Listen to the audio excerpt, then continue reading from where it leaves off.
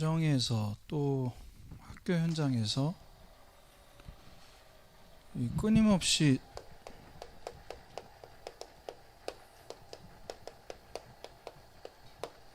분열과 분쟁이 왜 멈추질 않냐. 이런 명절 기간 때 어른들 뵈면, 이번에 또 코로나로 인해서 또 잘 대면이 되진 않았겠지만 용돈만 주시면 참 좋잖아요. 그죠? 공부하느라 수고가 많네. 근데 이제 대부분 그렇게 상냥하게 안 하죠. 돈을 주면서 거기에 말을 곁들이잖아. 공부는 잘하냐? 그래가지고 어디 대학 가고 싶냐? 이렇게 이제 부모님들과 여러분들이, 저도 목사 이전에 부모 아닙니까? 그러면 자녀들과 부모의 그 대화 속에서 왜 이 분열과 분쟁이, 말다툼이, 반항이라는 것들로 우리가 이제 얘기를 하지만 왜 이게 끝나지 않냐?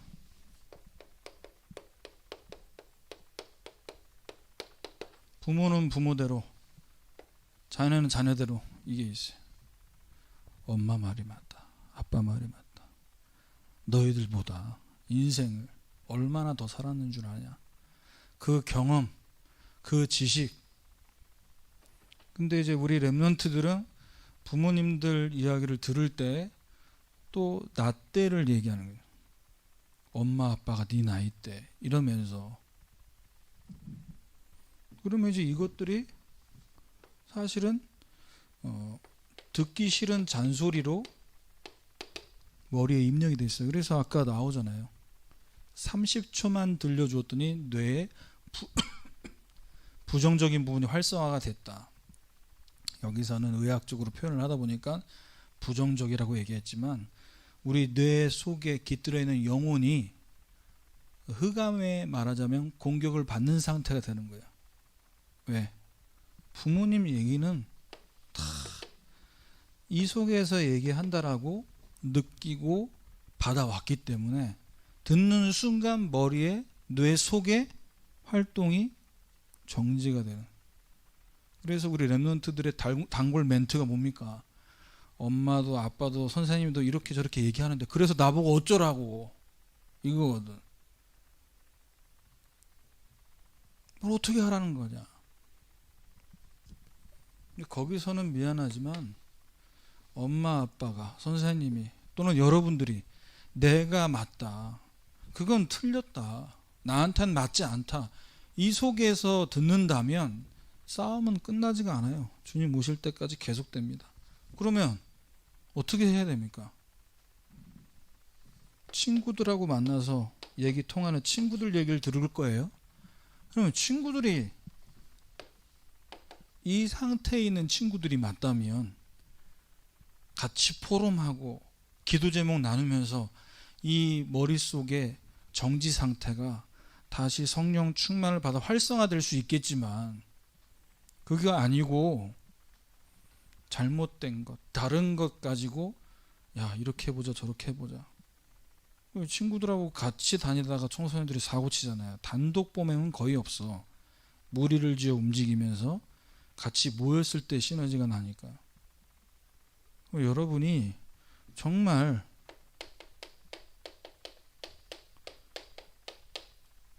말씀 붙잡고 기도할 때에만 부모님이 맞고 내가 맞고, 부모님이 틀리고 내가 틀리고, 이 수준을 벗어나서 뭘 갈 수 있는 거예요? 언약의 여정을 갈 수 있는 거예요. 그래서 이 CVDIP가 왜 계속돼야 되냐? 쉴 새 없이 다가오는 문제, 어려운 만남, 그 모든 게 응답이라는 걸 확인하라고, 이걸 지금 계속 매일매일 도전해 보라고 계속 얘기하는 겁니다. 그래서 우리는 이 시간에 선생님 말이, 부모님의 말이, 또는 여러분이 나름 존경하고 있는 누구누구의 말이 옳다가 아니라, 틀리다가 아니라, 주께서 옳다고 하시는 하나님께 직접 인정함을 받는 자 되기를 주님의 이름으로 축원합니다. 하나님께서 맞다. 하나님께서 너는 내 마음에 들었다. 그렇게 되면 끝나는 거예요. 인생은. 성적, 대학, 중퇴, 고졸 아니고 고졸도 아니고 중학교, 중퇴도 상관없습니다. 그래서 우리는 주께 옳다 인정함을 받기 위해서는요,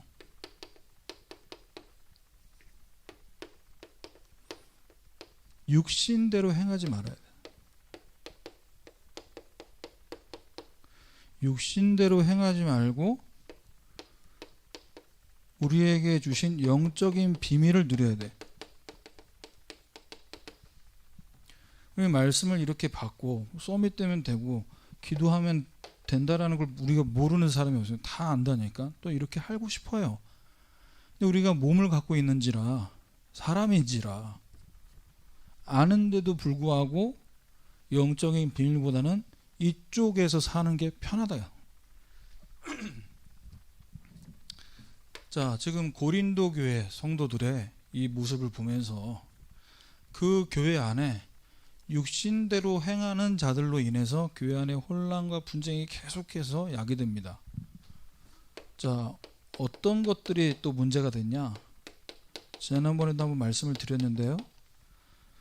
바울의 이 사도직을 두고 이 사람이 하나님께 인정받은 주께서 옳다 여기시는 사도가 맞냐? 이걸 두고 계속 부정합니다. 그 부정하는 근거가 어디냐? 철저히 육신적인 기준에 있어요. 고린도후서 10장 7절에 너희는 외모만 보는도다. 이 고린도 교회 성도들이 어떤 것을 보고 바울이 사도로서 적합하지 않다라고 부정했냐? 일단 12제자 중에 한 명이 아니에요. 예수님과 함께 하지 않았어.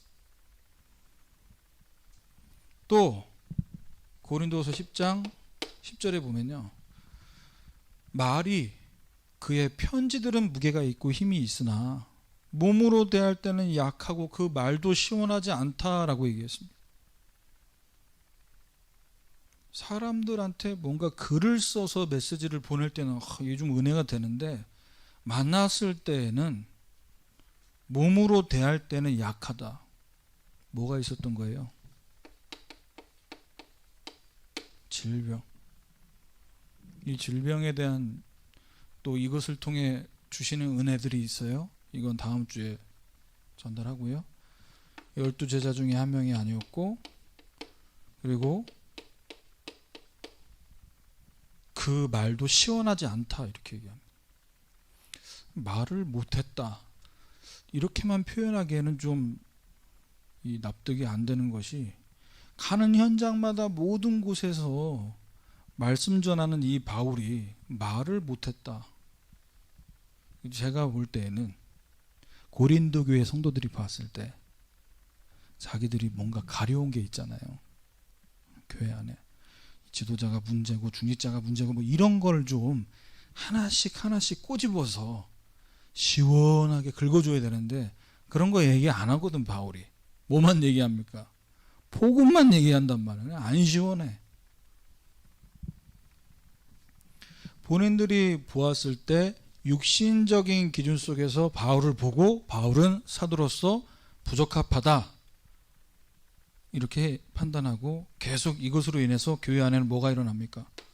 지도자에 대해서 계속 불평을 얘기하고 지도자가 아니다라고 이야기하는 이 사람들을 통해서 갈등, 상처가 계속 빚어내는 거예요.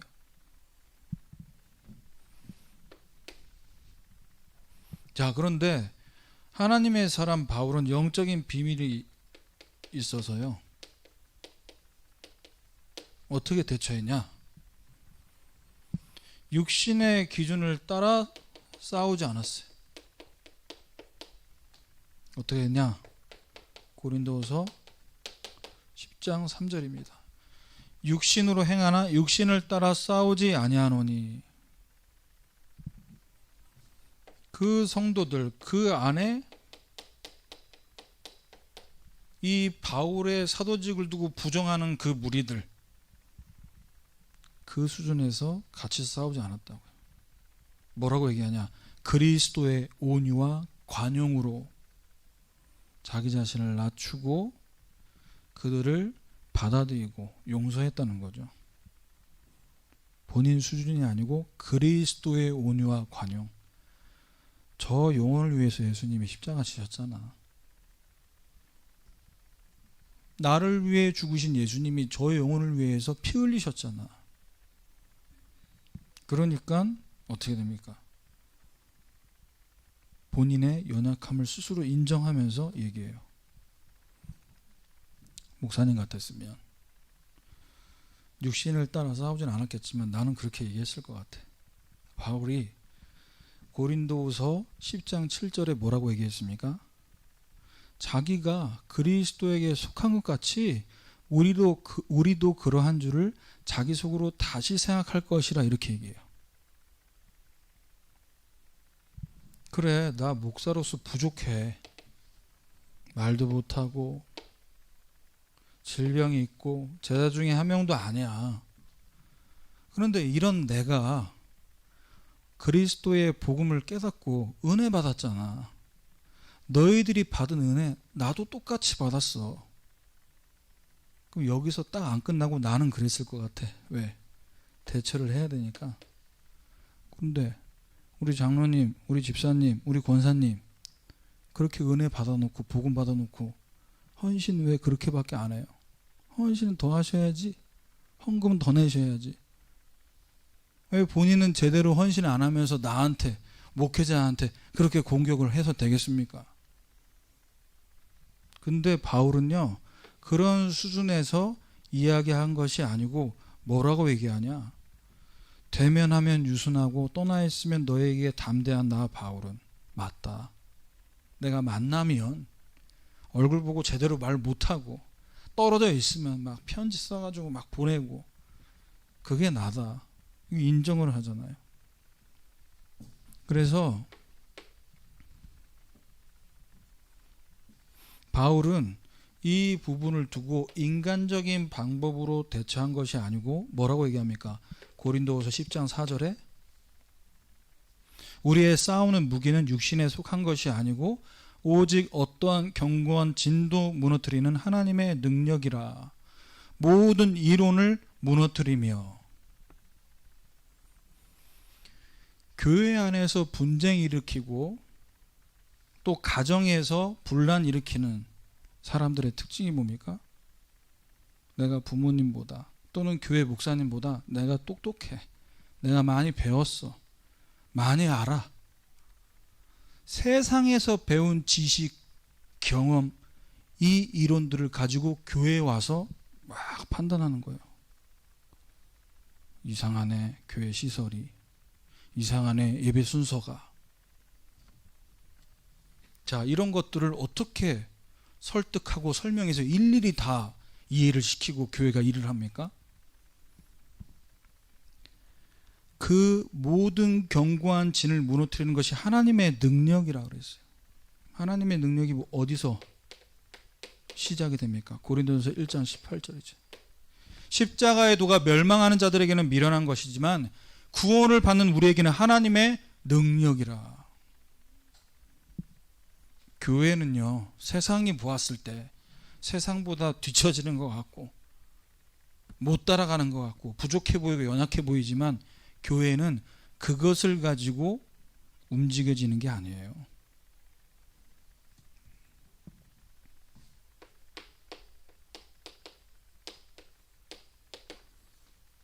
오직 복음이 선포되는 말씀을 통해 그 말씀을 전하는 주의 종과 이 복음의 말씀을 듣는 주의 백성들이 모인 거기에 하나님의 능력이 임하는 줄 믿습니다.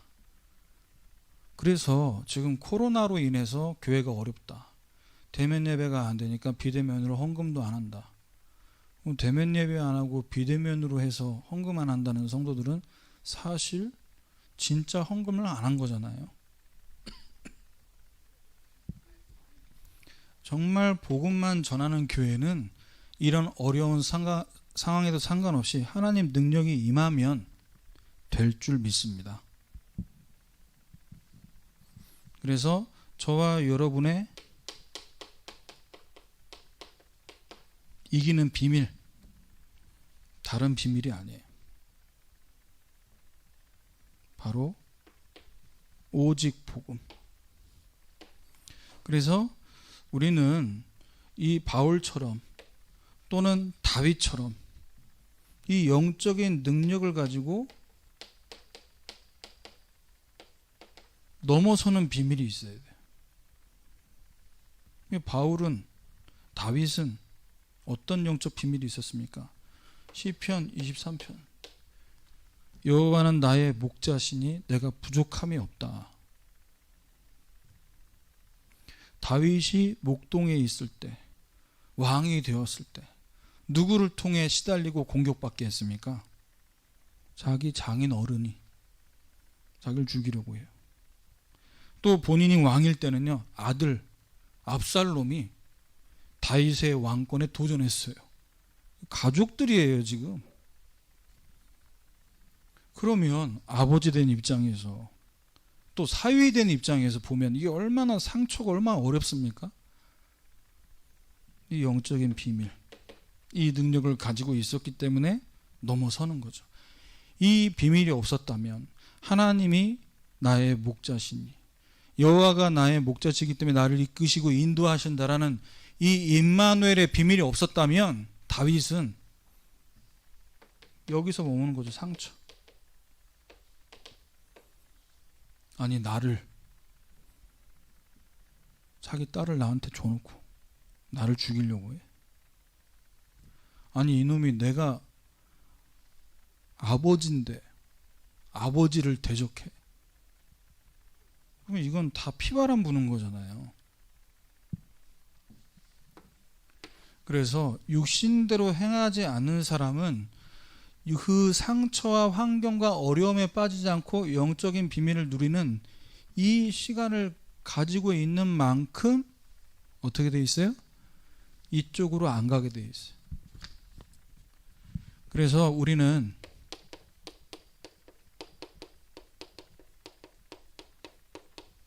하나님께 옳다 인정함을 받는 사람으로서 나를 나타내지 말고 뭐 해야 되냐? 복음을 전하려고 해야 돼.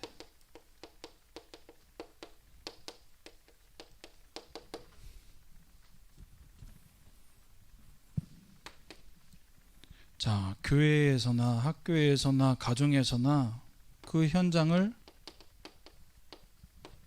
어렵게 만드는 사람들, 어떤 사람들입니까?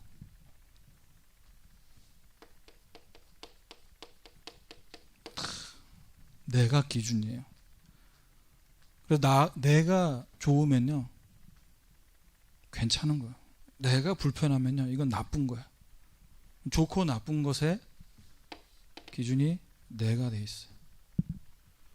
그래서 고린도후서 10장 12절에 그들이 자기로서 자기를 헤아리고 자기로서 자기를 비교하니 지혜가 없다.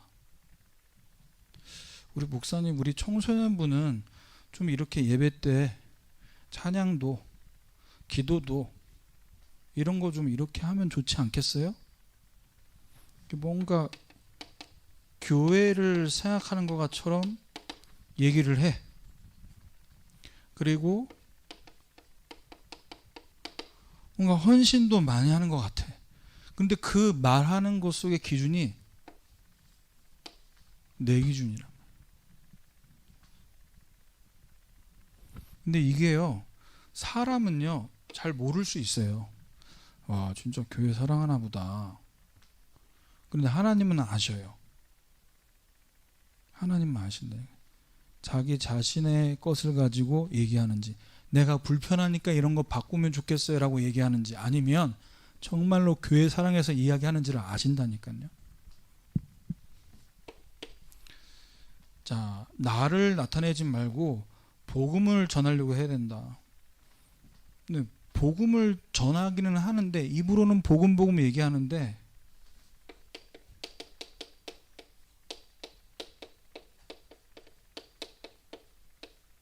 교회 안에 자기 자신을 드러내는 사람들이 교회에 꼭 문제를 일으킨단 말이에요. 왜 그렇습니까? 사람에게 인정받고 싶은 마음이 커요. 어떤 직분을 감당하든 무엇을 하든. 여러분, 공부도 마찬가지입니다. 학교의 선생님과 부모님에게 잘 보이기 위해서, 인정받기 위해서 공부한다면 분명히 힘 빠지는 날이 와요. 왜? 인정 안 해주면. 자, 그래서 고린도후서 10장 13절에 우리는 분수 이상의 자랑을 하지 않고 오직 하나님이 우리에게 나눠주신 그 범위의 한계를 따라 하노니. 우리 렘넌트들 임원으로 수고하고 우리 선생님들 교사로 수고하고 있습니다. 그러면 우리가 하나님께 인정받는 자로, 사람 눈치 보는 게 아니라 하나님께 인정받는 사람은요, 자신이 아니라 복음을 나타내게 되는데, 근데 자기 자신을 자꾸 드러내려고 하는 사람들의 특징이 뭐냐면요, 본인에게 맡겨주신 것이 있어요. 근데 이 맡겨주신 것 외의 것들을 자꾸 더 얘기하고 더 하려고 한다니까. 예를 들면 이런 겁니다. 근데 청소년부잖아요. 그러면 청소년부가 예배하고 기도하고 전도하는 것을 고민해야지. 우리 청소년부는 잘 되니까 저기 초등부도 가서 참견하고 태영아부 가서 참견하고, 이거는 내가 맡겨진 것 그 범위의 한계를 넘어서는 거란 말이에요. 그런데 이걸 잘못 보면 되게 멋있어 보인다니까. 나는 청소년부밖에 생각 못하는데 우리 저분은, 저 집사님은 뭐 다른 교회 전체를 다 보고 계시네. 와, 멋있어 보인다. 이게 있을 수 있어요. 그래서 우리는 나에게 맡겨주신 것 제대로 감당하도록 기도해야 될 줄 믿습니다.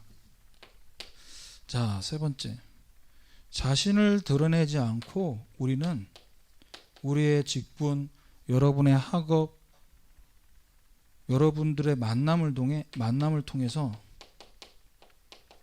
내가 아니라 복음을 나타내는 자가 되도록 기도하셔야 돼요. 자, 바울을 보세요. 고린도후서 10장 14절입니다. 내가 너에게 미치지 못할 자로서 스스로 지나쳐서 나간 게 아니고 그리스도의 복음으로 너에게까지 이른 것이다.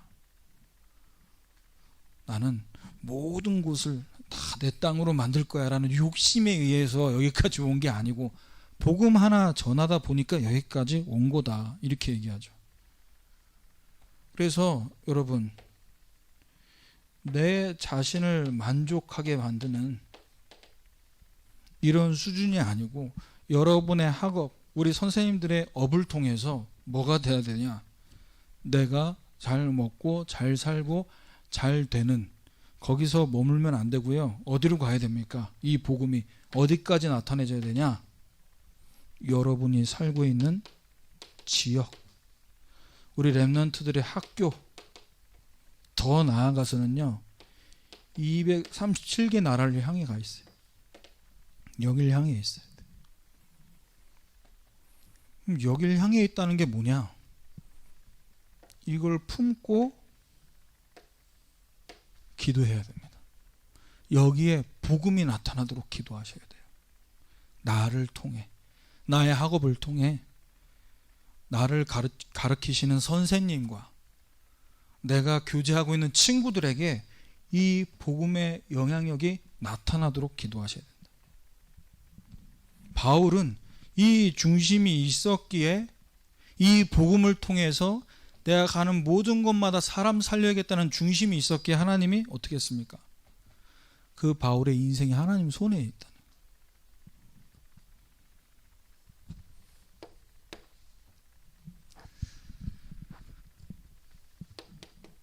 그래서 우리 렘넌트들과 교사들은 세상의 칭찬보다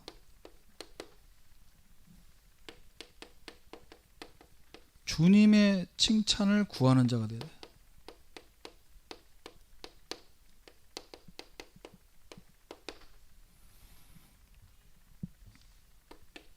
주님의 칭찬을 구하는 자는요, 사람 앞에 서지 않고요, 하나님 앞에 섭니다.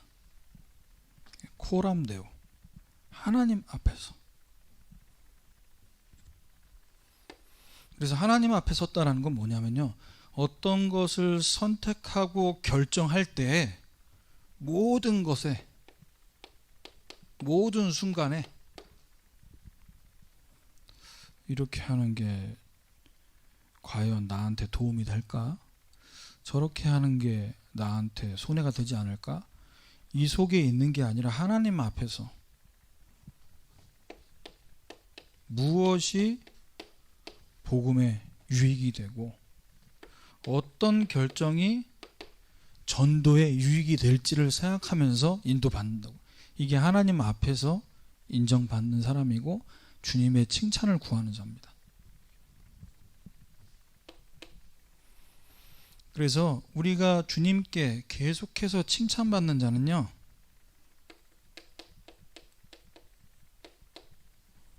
자랑을 할 때 주 안에서 자랑하는,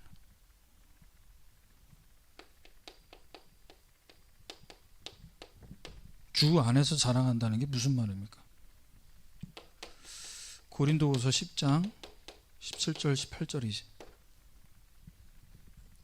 내가 이렇게 기도하고 했더니 하나님이 성적을, 이 대학을 문을 여셨다. 이제 그 얘기를 들을 때 어디에 진하게 다가오냐고요. 어디에서 뭔가 진하게 다가오는 게 있거든. 내가 성적이 오른 게 막 감동이 되면 그것을 듣는 사람에게 자랑으로 들려지게 돼 있고요. 그런데 하나님 안에서 내가 기도하는 시간이 너무 행복하고 하나님 나에게 힘 주시니까 공부가 되더라. 주 안에서 자랑이 돼야 돼. 이건 어쩔 수가 없습니다. 뿜어져 나오는 거예요. 내가 복음 안에서, 그리스도 안에서 행복한 사람으로서 복음 안에 있는 게 너무 행복하다 보니 범사가 잘 되고 강건해졌다.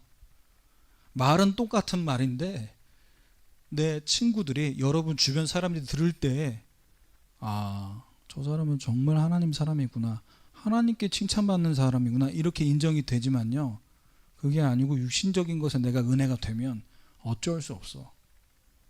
그 눈에 보이는 주 밖에서 자랑하게 돼 있다고.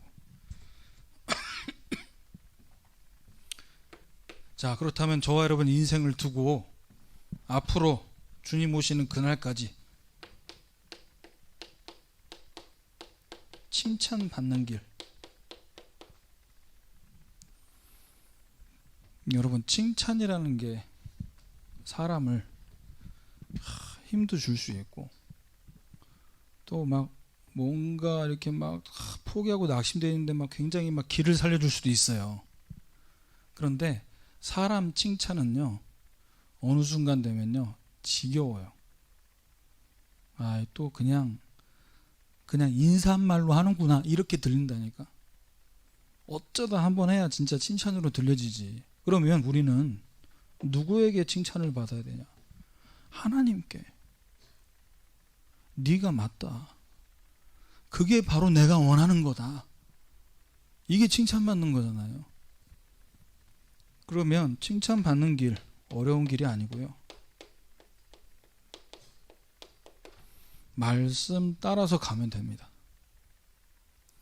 여러분, 진로를 선택하고 결정할 때, 또 입시를 앞두고 우리 고3들 어떤 대학교, 어떤 학과를 선택할 것이냐, 뭐가 맞고 뭐가 틀리냐, 지금 여러분이 얻는 정보, 지금 여러분이 생각할 때에는 지금 그것이 맞는 것일 수 있지만 내일이면 그것이 또 바뀔 수도 있어요. 그걸 잘 알아야 됩니다. 그래서 하나님이 칭찬하는 사람, 하나님이 옳다고 인정하는 사람은 어떤 사람입니까? 이 예언의 말씀 읽는 자, 듣는 자, 그 가운데 기록한 것을 지키는 자.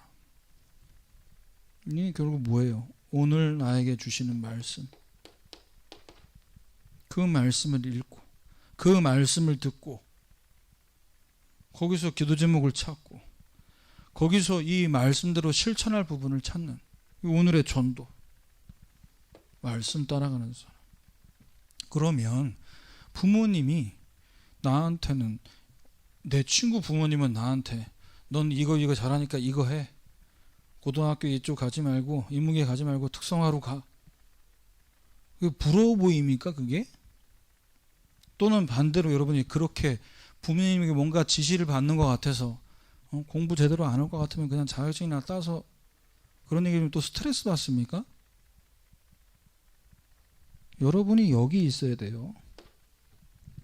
부모님 말 따라가면 안 됩니다. 하나님 말씀 따라가길 바랍니다. 친구들 이야기 듣고 귀 얇아가지고 막 귀 이따만해져가지고 그래 나도 그거 한번 해볼게. 진짜 똥멍청이야. 친구가 뭐 그럼 죽는 길 가면 같이 죽을래? 이 비밀이 있어야죠. 그래서 여러분 2020년도 이제 10월달 됐습니다. 그러면 10월, 11월, 12월 남은 기간 동안 지금까지 코로나로 인해서 여러분이 어려웠습니다. 힘들었습니다. 이제 그런 얘기할 시간표가 아니잖아요. 이 코로나가 언제까지 언제 끝날지를 생각하지 말고 나는 말씀 따라가겠다. 그래서 하나님이 내게 이미 예배하신 응답 나는 다 찾겠다.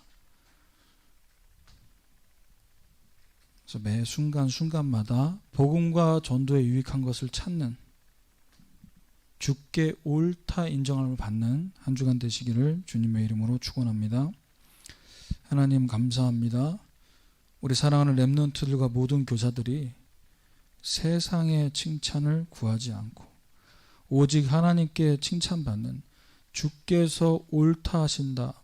주께서 옳다고 하심에 인정받는 교사 될 수 있도록 말씀과 기도와 전도 속에 하나님의 인도를 따라가는 한 주간으로 인도해 주시옵소서.